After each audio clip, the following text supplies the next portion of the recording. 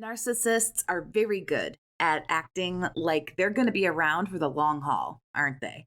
In the beginning, when we're being love bombed, they're open, honest, communicative, attentive, and all the other ifs.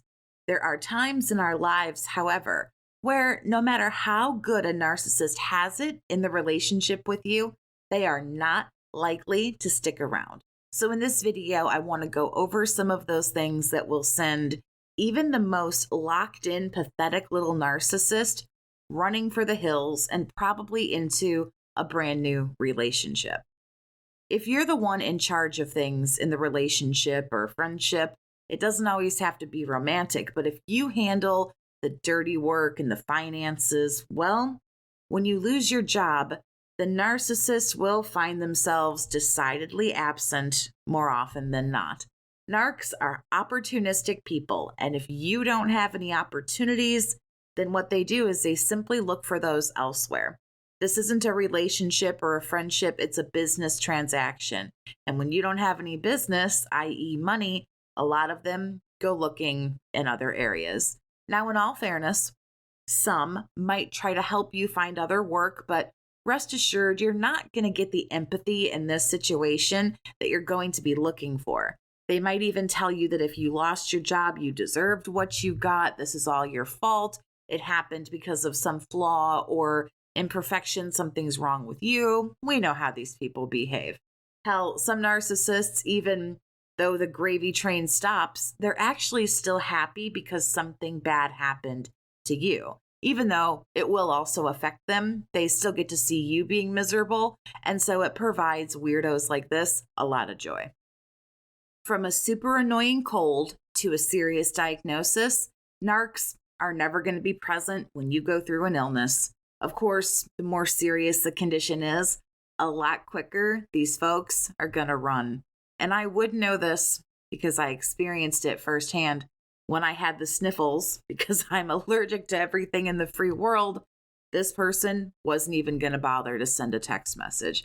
Forget getting any medicine or the damn chicken soup. All I got was an icy cold shoulder. When I was in the hospital in intensive care, I got no visits, no texts, no calls. And later in the aftermath, I actually found out that money was being used of mine instead of visiting me for Uber rides across town to go on dates with other people. Once I was out of the hospital and feeling better, do you think I got a card, flowers, someone asking, hey, what was the deal? Are you okay? Nope, I got nothing. We simply carried on as if I was never ill, I was never in the hospital, and nothing even happened. So if it happened to me, I know it's happened to, I'm positive, millions of other survivors. I'm sure that you might even have a similar story. A lot of folks might have stories worse than mine. My story was I simply got dodged while I was sick. Now, there are some people who actually are in situations where the narcissist leaves. They get ghosted, discarded. A narc cannot handle these kinds of situations, whether it's the sniffles or cancer or anything in between. They don't know how to be empathetic. They don't want to be empathetic. They don't want to take care of you. It's your job to take care of them. That's what they're in this relationship for. You are the list of goods and services. I go back to this is a business transaction. And when you can't handle business, so to speak, because there's something going on, they are no longer interested. Now, again, I have to have a small caveat here. There are some that do stay and care for the person. Typically, that's in a situation where they guilt the person and hold the care they're receiving over their head and say, yeah, I'm doing this for you. And they try to make this person feel even worse. As a survivor of narcissistic abuse, I know that it's hard to find people to talk about what you might be going through, thinking, and even feeling. I offer a wide variety of services for survivors who want help and support. From learning steps to detachment to making a no contact plan, you can get some techniques for survival. If you just want somebody who can listen, who's been through it, I'm always here for that too. You can send an email to book a chat with Jess at gmail.com, For more information and to book a phone session with me, you can also visit my website and get the same information there and also book there as well. I'm here to help you get through this. Being sick and, of course, out of work, or both, unfortunately, will definitely cause a narc to run off. You know that saying, when the going gets tough, these people run off like the cowards that they are. It also happens when you suffer mental anguish. And the most common cases of all of that are when we lose a loved one, or maybe not even a family member, but just somebody crazy close to us. This is another time in our lives where we're just not at our best. Sometimes it's monetarily, sometimes mentally, sometimes physically, but yet again, we're going through something. We need someone to step in and help us, comfort us, console us, and maybe even, dare I say, give help and understanding.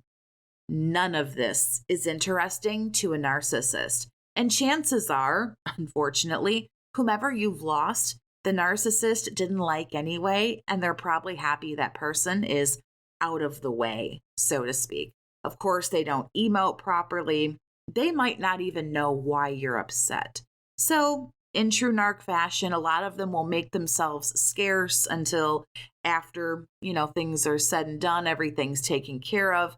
They usually don't leave altogether, but it's more than likely it's happened because it takes a long time for people to heal and get better. It can take a considerable amount of time to begin to feel better. Once more, I say, narcissists can't handle that because while you're taking care of yourself and grieving and doing what you need to do, you're not holding up your end of the bargain like the narc wants you to. And this is all time that you're not reserving for them, of course. The moral of the story is whatever they're depending on you for, money or sex or a roof over their head or food, whatever, when that's gone or you're indisposed and working on your own stuff, the narc will soon follow. Now, some of those things, like I shared in this video, I discovered firsthand, even in the end of my relationship. As I took away money and everything else this person was granted access to, it did not take long until my ass was grass. I got dropped like a bad habit, and the move to the new supply happened in less than 2 weeks. In fact, I'm pretty sure I paid for their first date. So share with me other reasons why a narc decides they're not going to hang out any longer. They ditch when this happens. Share that with me and anything else you'd like to share down in the comments below. Thank you so much for listening. Have a great day, survivor, and take care of yourself.